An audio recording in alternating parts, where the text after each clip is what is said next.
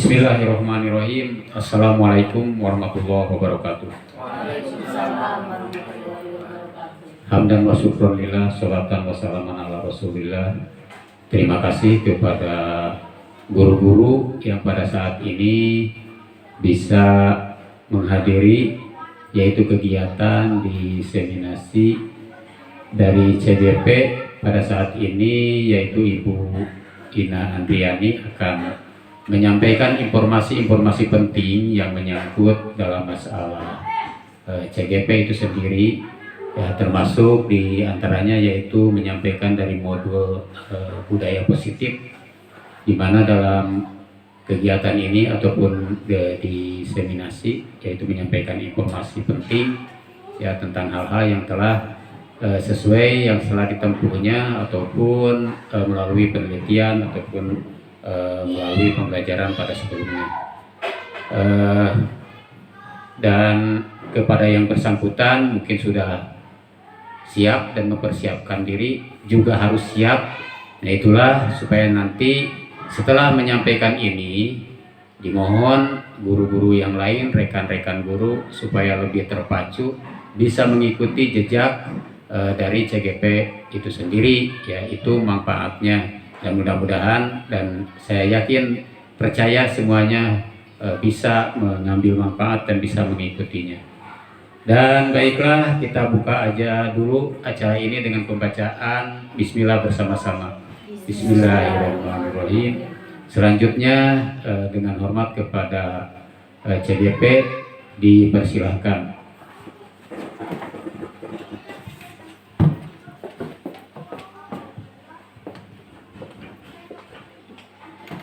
Assalamualaikum warahmatullahi wabarakatuh. Terima kasih kepada Bapak Kepala Sekolah yang telah memberikan kesempatan kepada saya sehingga kegiatan diseminasi ini bisa terlaksana. Tidak lupa saya pun mengucapkan banyak-banyak terima kasih kepada Ibu dan Bapak Guru yang telah menyempatkan waktunya untuk mengikuti kegiatan ini. Adapun tujuan dari saya melakukan diseminasi ini yaitu untuk menularkan sedikit banyak pengetahuan yang sudah saya terima di pendidikan guru penggerak ini. Baik, untuk diseminasi kali ini saya akan menjelaskan tentang modul 1.4 budaya positif, penerapan budaya positif. Next. Pada konsep budaya positif ini ada 6 materi. Yang pertama tentang perubahan paradigma belajar, yang kedua disiplin positif, yang ketiga motivasi perilaku manusia, yang keempat kebutuhan dasar manusia, kelima posisi kontrol restitusi, dan keenam keyakinan kelas. Next. Ya. Pada pembelajaran dengan paradigma baru, diharapkan pembelajaran paradigma baru itu merupakan pembelajaran yang berorientasi pada penguatan kompetensi dan pengembangan karakter yang sesuai dengan profil pelajar Pancasila. Yang mana pada saat ini mungkin Bapak dan Ibu sudah tahu bahwa dengan adanya kurikulum Merdeka, jadi setiap pembelajaran itu harus berkarakter sesuai dengan profil pelajar Pancasila. Profil pelajar Pancasila itu ada bergotong royong, ada kreatif, bernalar kritis, global, kebinekaan global, ya itu. Next. Disiplin positif. Sebelum saya melanjutkan kepada disiplin positif, mungkin ada dari Bapak atau Ibu yang mau sedikit memberikan pengertian disiplin itu apa?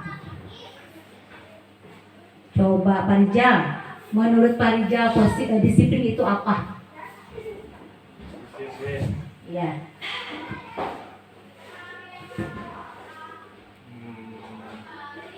Disiplin adalah praktik batin yang tercermin dalam tindakan yang bertujuan untuk menjaga orang dalam ketaatan pada sebuah aturan. Ya, terima kasih. Yang lainnya mungkin dari Ibu atau Bapak Guru yang lainnya, yang dimaksud dengan disiplin itu apa sih? Disiplin itu kalau menurut saya itu tata tertib yang diatur.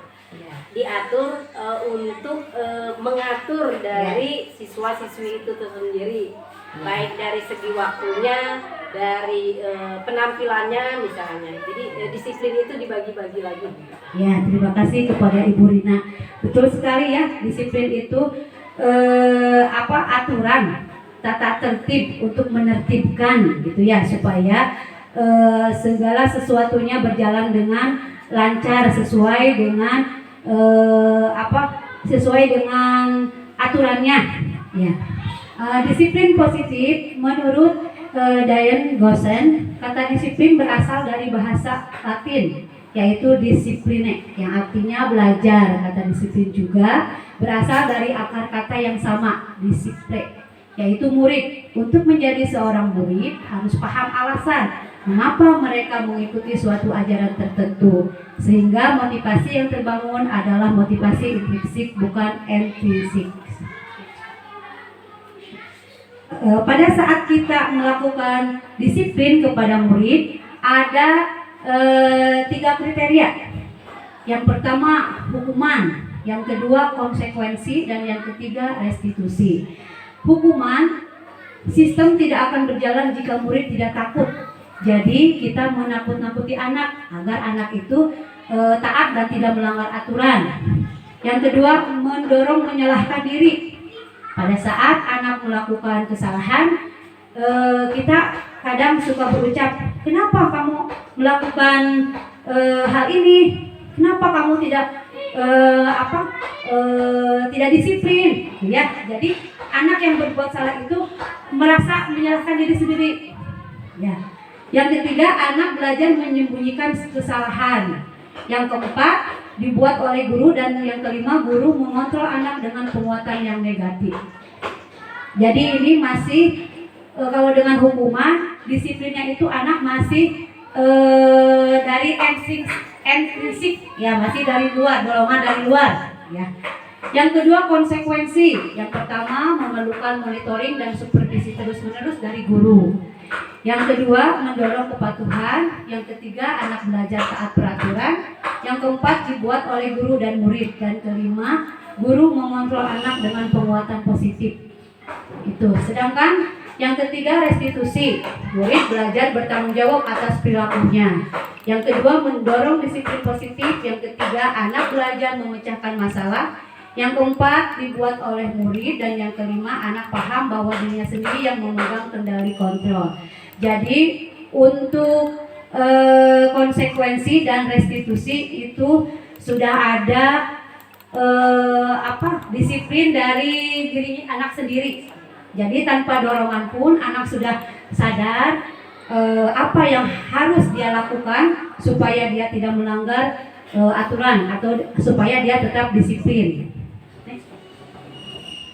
Motivasi perilaku manusia. Menurut Diane Gosen, ada 3 perilaku manusia. Yang pertama, untuk menghindari ketidaknyamanan atau hukuman. Jadi, anak melakukan disiplin itu karena dia untuk menghindari hukuman. Saya mengerjakan PR karena saya tidak ingin dihukum oleh ibu guru.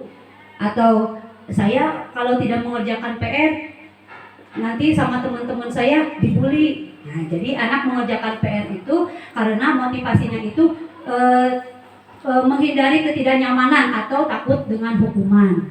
Yang kedua, untuk mendapatkan imbalan atau penghargaan dari orang lain. Jadi anak tersebut motivasi untuk mengerjakan tugasnya itu karena ia ingin dihargai, ingin dipuji, ingin mendapat imbalan berupa materi, ya, baik dari gurunya ataupun dari teman. Dan untuk yang pertama dan yang kedua ini motivasinya masih bersifat intrinsik atau dorongan dari luar, ya. Dan yang ketiga, motivasi perilaku manusia itu untuk menjadi orang yang mereka inginkan dan menghargai diri sendiri dengan nilai-nilai yang mereka percaya. Jadi untuk yang nomor 3 ini motivasinya sudah keluar dari dirinya sendiri, dari intrinsik. Oh, memang seharusnya tugas ini harus saya kerjakan karena kan itu sudah menjadi kewajiban saya. Jadi anak itu sudah punya kesadaran sendiri, ya, bukan lagi karena takut dihukum, bukan lagi ingin dapat penghargaan atau imbalan dari gurunya atau teman-temannya. Dihukum oleh penghargaan. Saat kita berulang kali menjanjikan hadiah kepada seorang murid agar mempelajari sesuatu yang baru, atau kepada seorang karyawan yang melakukan pekerjaan yang berkualitas, kita sedang berasumsi mereka tidak dapat melakukannya atau mereka tidak akan memilih untuk melakukannya, menurut Alfikon. Nah, sekarang kebutuhan dasar manusia. Ada 5 kebutuhan dasar manusia. Yang pertama ini kebutuhan bertahan hidup. Yang kedua kebutuhan kesenangan. Yang ketiga kebutuhan cinta dan kasih sayang. Keempat kebutuhan kebebasan. Dan kelima kebutuhan penguasaan. Itu ya, jadi kebutuhan dasar manusia itu ada 5. Kebutuhan bertahan hidup.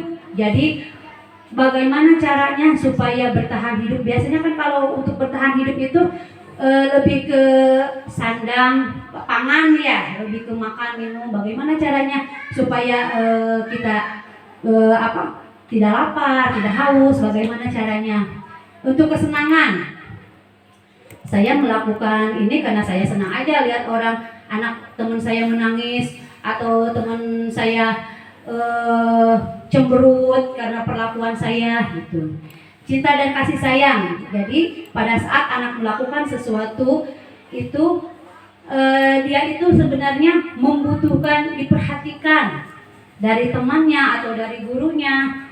Terus untuk kebebasan. Jadi anak melakukan sesuatu kadang dia itu pingin bebas, tidak mau saya nggak mau ikut menulis, saya inginnya menggambar gitu kan. Dan penguasaan, jadi dia ingin berkuasa di antara teman-temannya, dia ingin menjadi seorang pemimpin, misalkan gitu. Next Pak. Nah di sini ada contoh kasus tentang kebutuhan dasar manusia. Ibu Ambar, guru kelas 2A di SD Pelita Hati, sedang bingung menghadapi ulah salah satu murid di kelasnya, Doni. Beberapa anak di kelas 2A telah datang padanya dan mengeluhkan Doni yang seringkali meminta bekal siang mereka dengan paksa. Jika Anda menghadapi situasi seperti Ibu Ambar, apa yang Anda akan lakukan? Menurut Anda kira-kira apa alasan Doni melakukan hal itu? Ya baik Ibu Bapak, coba apabila masalah ini, kejadian ini dialami oleh Ibu dan Bapak, kira-kira apa yang akan Ibu lakukan terhadap Doni? Coba siapa? Bu Teti atau Bu Neng atau Bu Rina atau siapa yang mau memberikan penjelasannya? Bu Rina, ayo silakan. Terima kasih Ibu. Mungkin kalau saya sebagai Ibu Ambar, dia di posisi Ibu Ambar, mungkin saya akan memanggil dari Doninya sendiri. Gitu. Saya ingin menanyakan apa permasalahannya dan mengapa dia melakukan hal tersebut. Gitu. Nah, mungkin dari situ saya bisa mencari solusi apa yang terbaik. Jika saya sudah tahu dulu masalah awalnya. Terima kasih Bu. Iya betul, memang seperti itu ya Pak, ya Bu ya. Jadi pada saat ada anak kita, murid kita yang melakukan suatu kesalahan, ya kita jangan langsung menjudge anak tersebut ya. Tapi kita ajak dulu dia ngobrol, kita panggil dulu anaknya di kantor, ngobrol secara face to face, terus tanyakan dulu, kenapa tadi di kelas kamu mengambil paksa makanan teman kamu? Nah, kalau misalkan kita sudah tahu nih alasannya, nah misalkan nih si Doni pada saat kita tanya kenapa Doni kamu mengambil makanan punya teman kamu, nah si Doni menjawabnya gini, Bu, karena saya lapar karena tidak dibawakan makanan oleh orang tua saya. Coba kira-kira menurut Bapak dan Ibu kebutuhan dasar apa yang sedang dipenuhi oleh Doni? Kalau jawabannya seperti itu, kembali lagi Pak ke yang tadi yang kebutuhan dasar. Apakah kesenangan, cinta dan kasih sayang, untuk bertahan hidup, kebebasan atau penguasaan. Kalau seandainya si Doni menjawab, karena saya lapar, orang tua saya lupa tidak membawakan bekal makanan untuk saya. Kira-kira apa itu kebutuhan dasar yang ingin dipenuhi oleh si Doni? Ya Pak? Kebutuhan hidup. Ah iya, kebutuhan hidup. Jadi si Doni itu karena merasa lapar, dia bagaimana caranya supaya perut saya kenyang gitu. Jadi dia udah aja diambil makanan temannya gitu ya. Nah, terus kalau misalkan si Doni menjawabnya, Pak, saya bosan selalu dibawain makanan itu saja sama ibu saya. Jadi saya ingin mengambil makanan teman saya itu yang belum pernah saya cicipin. Nah, kalau jawabannya begitu kira-kira apa ya? Kesenangan, kebebasan, penguasaan, atau cinta dan kasih sayang? Seneng Iya. makanan itu gitu enggak? Iya kesenangan, ya itu ya. Karena Doni merasa bosen ya dibawainnya nasi goreng terus sama ibunya. Jadi sekali-kali dia ingin mencicipi punya temennya, sosis bakar punya temennya misalkan. Nah terus kalau misalkan si Doni menjawabnya kalau misalkan si Doni menjawabnya, saya senang Bu melihat teman saya cemberut, menangis, kemudian melaporkan ke ibu. Nah, kira-kira apa ya kebutuhan dasar yang ingin dipenuhi oleh si Doni? Iya, ya Pak. Iya, cinta dan kasih sayang. Jadi si Doni ingin diperhatikan, ingin diterima. Dia ingin bahwa saya itu ada loh, gitu. Tolong perhatiin saya, katanya gitu ya. Nah, terus misalkan kalau si Doni menjawabnya, saya ingin aja misalkan membuat teman-teman saya nangis. Apa kira-kira ya? Kesenangan juga.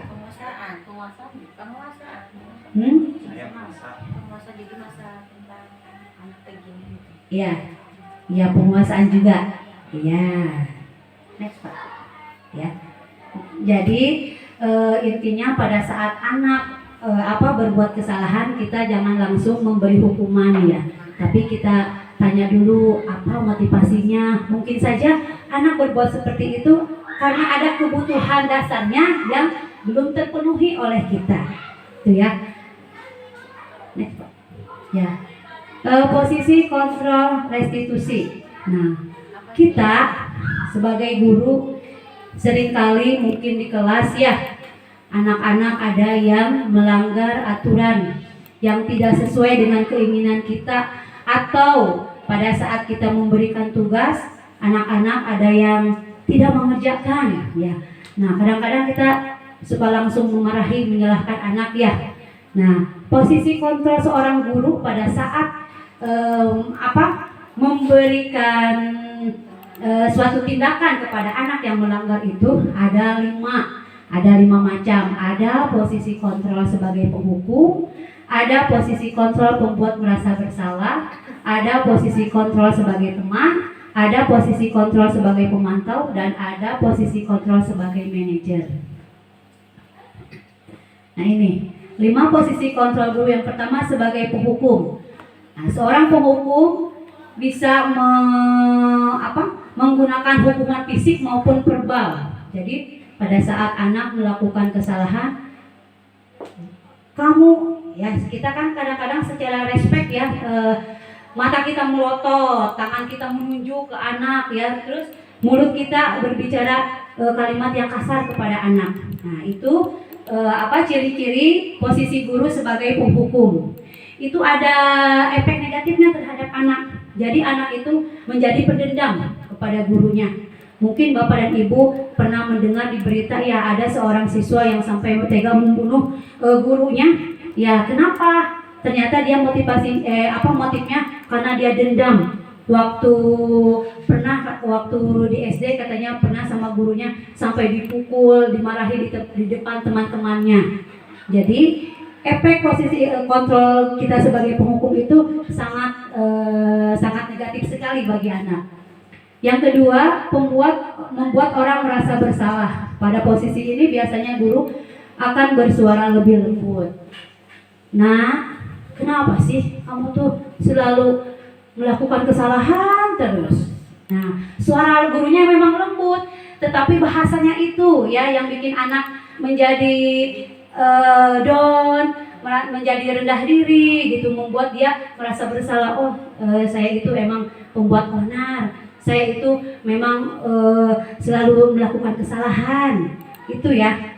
Jadi membuat orang merasa bersalah pun efeknya sangat negatif kepada diri anak. Ya. Yang ketiga, posisi kontrol guru sebagai teman. Guru pada posisi ini tidak akan menyakiti teman, namun akan tetap berupaya mengontrol murid melalui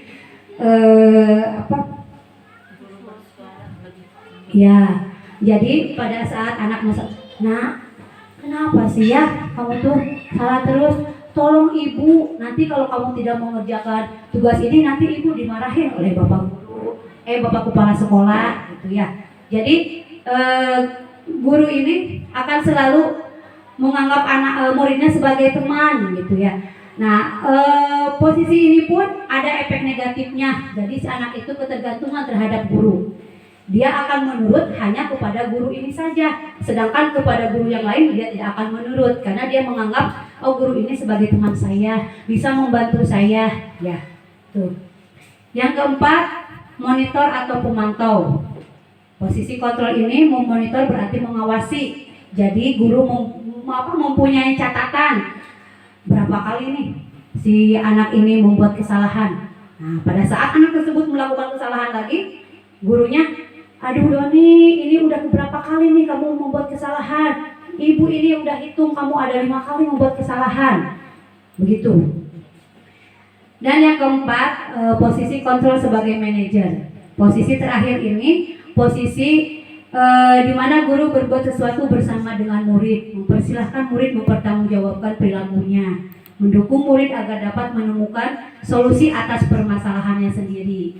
Jadi pada posisi manajer ini, seorang guru itu pada saat anak melakukan kesalahan, anak itu dipanggil, ditanya dulu, kenapa?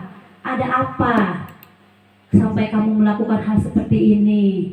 Ayo kita sama-sama mencari solusinya. Kira-kira kalau kamu berbuat itu mengganggu tidak kepada teman-teman yang lain? Begitu pertanyaan seorang guru ya pada posisi kontrol. Terus kalau kamu berbuat itu, kira-kira solusinya apa? Apa yang bisa memperbaiki masalah ini? Itu.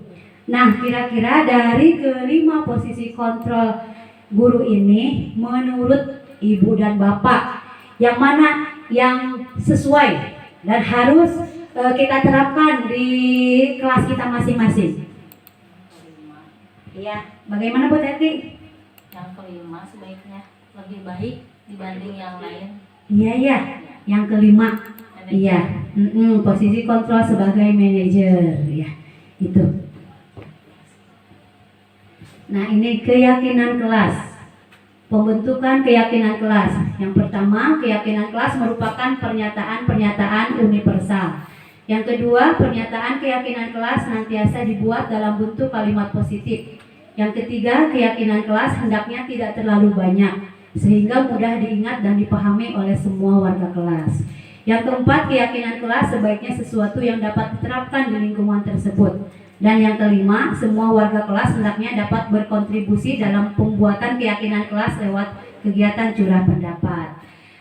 Biasanya pada awal kegiatan ajaran baru, sebelum kita memulai pembelajaran kan mungkin ada beberapa hal yang kita persiapkan. Di antaranya kita membentuk struktur organisasi di sekolah ya. Terus membuat jadwal pelajaran, membuat jadwal piket, membuat kesepakatan kelas, keyakinan kelas. Ya, sudah dilaksanakan kan Bapak dan Ibu? Sudah, iya. Coba saya ingin minta pengalamannya dari Ibu atau Bapak tentang bagaimana cara membuat kesepakatan kelas tersebut. Coba, siapa yang mau memberikan berbagi pengalamannya? Boleh. Tentang pembuatan kesepakatan kelas, bagaimana caranya seperti apa, apakah guru yang menentukan ini ya keyakinan kelas kita ini harus ini harus ini harus ini gitu, atau bagaimana gitu. Boleh siapa? Murina lagi boleh. Ya. Pada tahun ajaran baru kemarin di kelas saya membuat keyakinan kelas atau kesepakatan kelas ya Bu ya. Itu semua berawal dari anak gitu. Nanti kita disepakati bersama. Seperti saya contohnya nih ya, ketika anak, ibu apa yang harus kita sepakati sekarang? Yang pertama katanya disiplin waktu, pulang datang dan pulang pada tepat waktu. Ketika semua setuju, ya kita ketuk palu lah istilahnya. Oke gitu kan. Jadi kesepakatan yang pertama telah dibuat. Yang kedua nanti tanyakan lagi kepada anak-anak apa kesepakatannya. Misalnya di dalam kelas tidak boleh bahasanya jangan itu ya. Tapi bukan tidak boleh. Jangan membuang sampah di dalam kelas misalnya gitu. Itu dibuat ada beberapa kesepakatan ya, diantaranya 2 itu tadi ya gitu aja. Jadi semua dari siswa dan apa yang disepakati berarti itu yang akan dilaksanakan dan ditaati di kelas itu. Ya, baik, terima kasih ya Bu ya. Ya. Ternyata Bu Rina sudah bisa ya membuat keyakinan kelas. Seperti itu, jadi diusahakan setiap anak itu memberikan pendapatnya masing-masing ya. Jadi kalaupun di kelas itu ada 20 orang, jadi 20 orang anak itu memberikan pendapatnya. Boleh misalkan ditulis di sticky note ya, kita sediakan karton, terus kita bagikan sticky note-nya ke anak. Sekarang boleh kira-kira apa ya yang membuat kelas kita itu menjadi nyaman. Misalkan anak tidak boleh ribut, harus baca doa, biarkan saja dulu ya.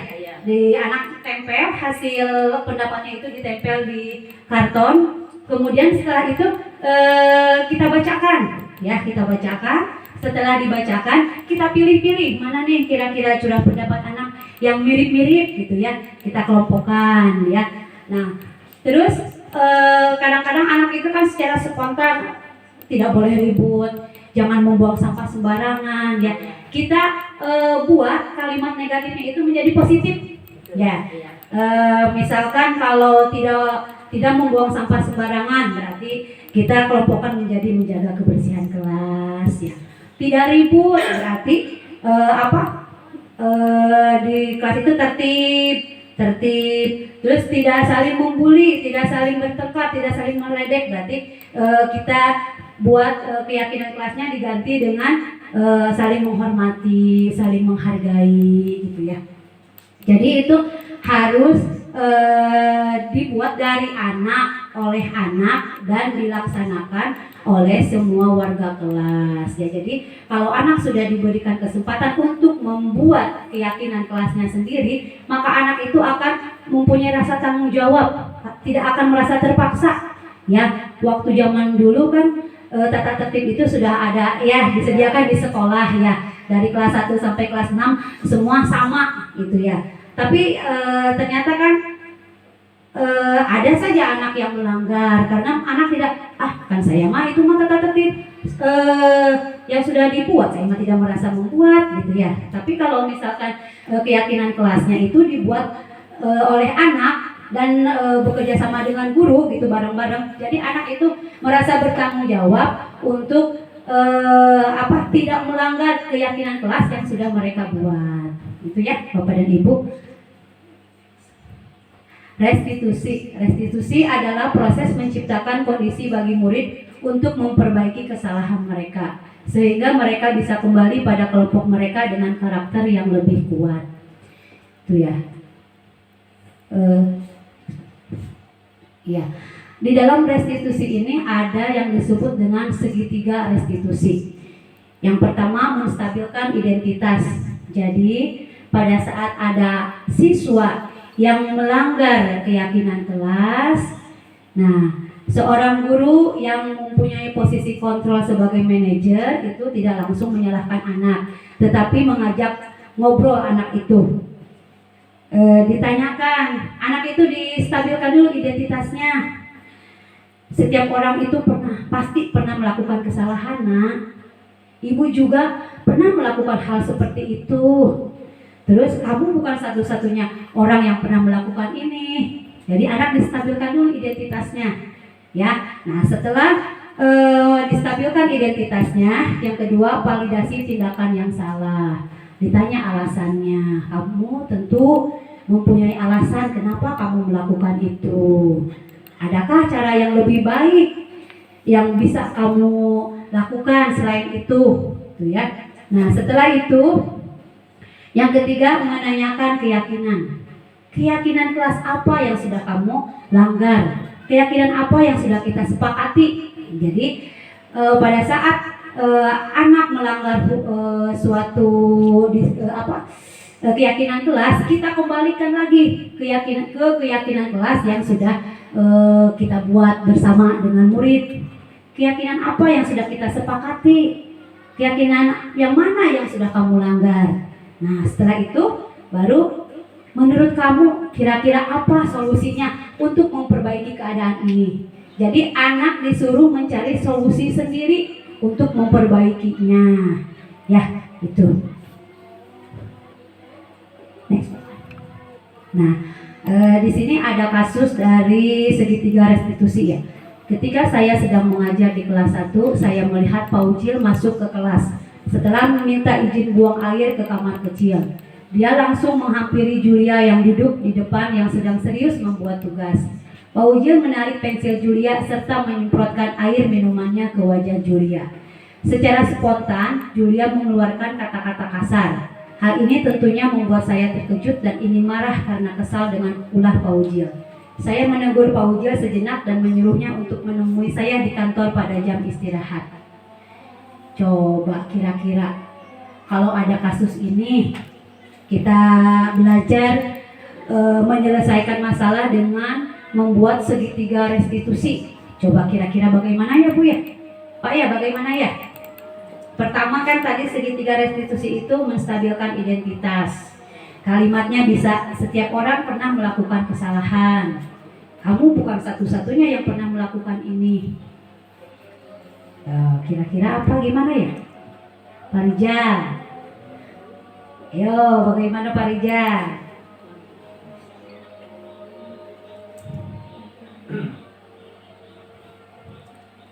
Coba kira-kira kasus ini Ibu dan Bapak buat diselesaikan dengan cara menggunakan segitiga restitusi yang tadi. Pak yang tadi Pak. Ya ini menstabilkan identitas.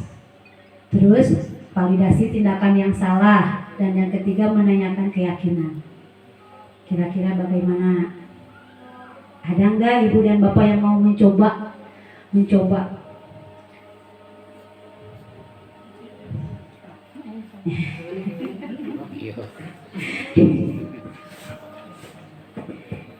Ya. Oke, ya. Terima kasih ya Bu. Ya. Pertama dalam kasus Pak Ujil dan Julia, tentunya kita belajar untuk menyelesaikan dengan segitiga restitusi. Yaitu yang pertama kita stabilkan dulu identitasnya. Kenapa Pak Ujil melakukan hal tersebut kepada Julia, kan gitu. Kemudian setelah itu kita validasi apakah tindakan Pak Ujil itu salah atau gimana gitu ya. Nah setelah itu baru kita mencari solusi dan menanyakan keyakinan siswa tersebut untuk tidak selalu berbuat seperti itu. Mungkin hanya itu. Yang lain? Ya, terima kasih. Ya, baik dari yang lain. Kira-kira solusinya apa gitu? Bagaimana caranya?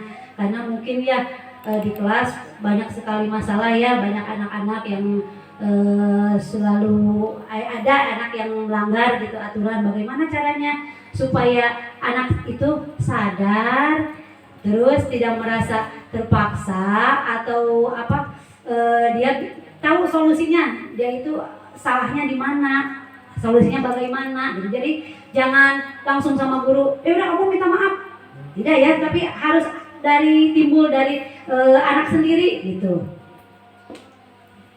Bagaimana pengalaman Bapak Ibu? Kadang-kadang ya Pak ya Bu ya, saya juga waktu pas pendidikan guru penggerak ini, hal-hal seperti itu sering kita lakukan seperti segitiga restitusi ya. Kita dalam menangani anak yang melanggar kedisiplinan itu suka dilaksanakan, tapi saya juga baru oh itu ya yang disebut dengan segitiga restitusi itu. Oh itu ya keyakinan kelas itu seperti itu yang sudah saya buat gitu. Coba kira-kira ada nggak yang mau mencoba?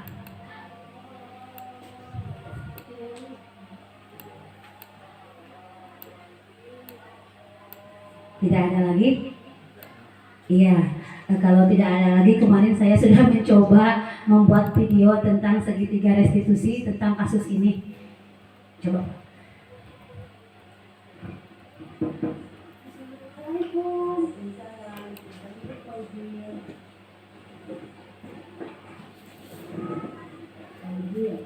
Apa yang tadi kamu lakukan terhadap Julia? Saya mengganggu dia yang tidak mengerjakan tugas, Bu. Apa kamu lakukan itu? Saya iseng saja, Bu, mengerjakan saja. Apakah kamu tahu dengan menyusun Julia dengan kita menyusunnya sehingga dia mengeluarkan kata-kata kotor dan kamu ada dalam masalah? Iya, Bu. Saya tadi tidak sengaja. Saya cuma ingin bercanda. Baiklah, ibu di sini bukan untuk mencari siapa yang salah. Ibu di sini untuk mencari penyelesaian sama-sama, berpikir sama-sama tentang apa yang bisa kita lakukan untuk menyelesaikan masalah ini. Kamu melakukannya pasti punya alasan bukan? Iya, Bu. Ini kamu bahagia dengan kawan kamu terkejut, kesal dan bahagia begitu? Iya, Bu. Ya, tadi ibu lihat kamu merasa senang melakukannya. Tetapi kamu tidak tahu yang kamu lakukan itu menyakiti orang lain sehingga sekarang kamu ada dalam masalah. Sekarang mari kita bicarakan tentang keyakinan kelas dan keyakinan sekolah kita. Apa yang kita percaya, yang mana yang belum kamu tunjukkan? Bersikap baik sama orang lain dan bisa menghargai teman dan hormati bersama teman, Bu. Kamu mengingat dengan detail keyakinan kelas kita. Tapi dengan mengganggu teman membuat itu sudah menghargai bersikap baik dengan teman. Tidak. Kamu ingin menjadi orang seperti apa kalau kamu sudah kecil di kelas? Saya ingin menjadi orang yang baik dan bisa menghargai teman, Bu. Sekarang, apa yang bisa kamu lakukan untuk menyelesaikan masalah ini? Saya akan minta maaf kepada Julia dan akan lanjut tidak akan mengulanginya lagi, Bu.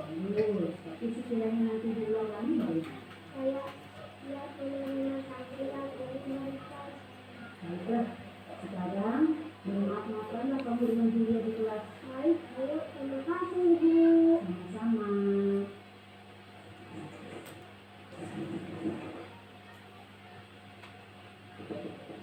Assalamualaikum. Iya, Bu. Silakan Julia bercerita. Tadinya saya kesulitan, saya diganggu belajar, padahal saya sedang sangat serius. Apakah dengan mengeluarkan kata-kata kotor saya ini? Tidak, Bu. Tadi saya keceplosan. Saya tidak sengaja karena saya emosi. Apakah kamu tahu mengeluarkan kata-kata kotor itu tidak hanya dengan manusia saja kamu bermasalah, tetapi Allah juga sangat benci mendengarnya. Iya, Bu. Baik, ibu tidak ingin mengikuti kesalahanmu. Kamu sudah tahu kalau kamu salah bukan? Sekarang ibu ingin mencari penyelesaian bersama-sama. Sama-sama berpikir apa yang bisa kita lakukan untuk memperbaiki situasi ini. Kamu melakukannya tapi kamu punya alasan bukan? Ini kamu ingin diakui dan dihargai karena sudah mengerjakan tugas bukan? Iya, Bu. Sekarang mari kita bicara tentang keyakinan kelas dan keyakinan sekolah kita atau kesepakatan kelas kita. Apa yang kita percaya, yang mana yang belum kamu tunjukkan? Kita harus saling menghormati dan saling menghargai satu dengan yang lain.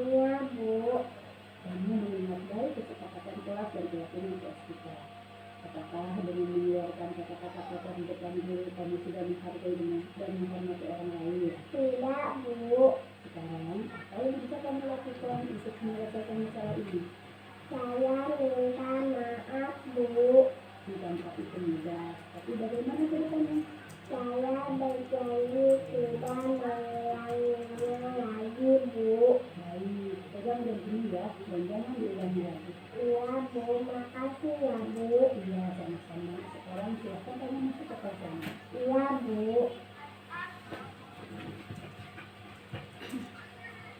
Ya, itu mungkin Bapak Ibu sedikit contoh dari penyelesaian kasus dengan menggunakan segitiga restitusi. Jadi dengan penyelesaian menggunakan segitiga restitusi itu, jadi anak tidak down, dia tidak merasa menjadi orang yang salah gitu ya. Terus dia tidak mendendam kepada gurunya. Justru dia sadar dengan sendirinya bahwa kesalahan apa yang dia lakukan itu salah. Kemudian dia mencoba mencari solusinya, mencari solusinya sendiri tentang bagaimana cara menyelesaikan dari masalah yang telah dia buat itu. Demikian paparan dari saya tentang materi modul 1.4 tentang budaya positif. Mungkin ada masukan atau umpan balik dari Bapak atau Ibu yang sifatnya membangun bagi saya supaya saya menjadi lebih baik lagi. Silahkan.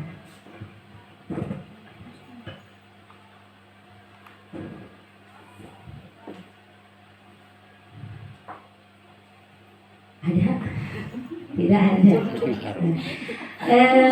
Baik, kalau tidak ada, saya mau bertanya ya. Kira-kira setelah Ibu dan Bapak menanggapi paparan dari modul 1.4 itu, bagaimana gitu tanggapannya? Seperti apa gitu? Kan itu mungkin membangun juga buat saya gitu. Ya, Bu Neng suaranya yang keras juga. Ya, Bagus Ibu, buat pelajaran nanti buat kita gitu, misalkan dari ininya gitu, kekurangannya ini gitu, jadi Iya. biar tahu lah gitu.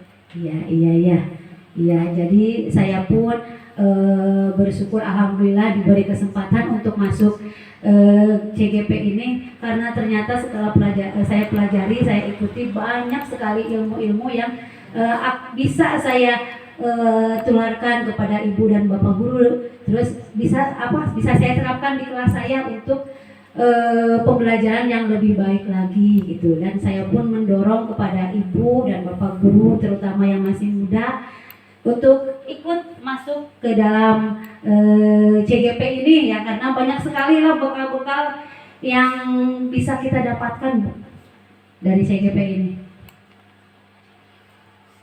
Siap.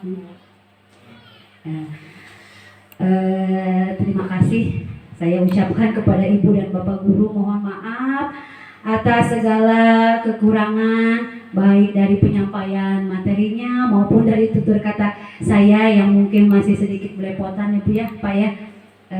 Dari saya cukup sekian. Wassalamualaikum warahmatullahi wabarakatuh. Waalaikumsalam warahmatullahi wabarakatuh. Untungan deh. Terima kasih. Nah, itulah paparan dari CGP. Sekali lagi mudah-mudahan kita bisa mengikutinya. Salah satu buktinya seperti itu. Mungkin Bu Ina dalam hal ini kalau tidak masuk ataupun mengikuti CGP tidak akan ada keberanian untuk bisa menyampaikan seperti ini. Ini salah satunya, salah satu bukti bahwa dari CGP itu besar manfaatnya. Kenapa bisa menyampaikan? Karena ada materi. Dari mana materinya? Dipersiapkan. Kenapa mempersiapkan? Karena dengan tuntutan ya. Jadi artinya setiap kita mau melakukan sesuatu, persiapkanlah dulu ya, supaya kita tidak istilahnya ngahenge ya. Jadi kalau ada persiapan insya Allah akan lancar. Adanya persiapan karena adanya tuntutan ya. Kalau tidak ada tuntutan tidak akan ada persiapan. Yaitu gambaran ya untuk kita bisa lebih maju. Kalau ingin maju, persiapkan segala sesuatunya, direncanakan terlebih dahulu. Nah itu semuanya yakin bisa mengikuti.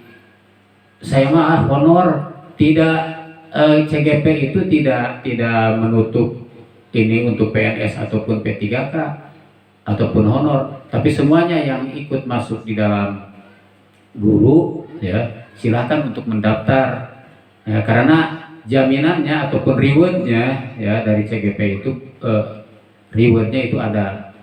Pertama yang dari honor bisa masuk kepada database P3K, yang dari P3K bisa masuk ke database PNS.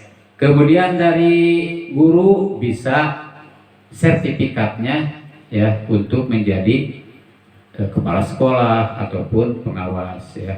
Itu rewardnya. Nah, jadi bukan kejarannya bukan begini.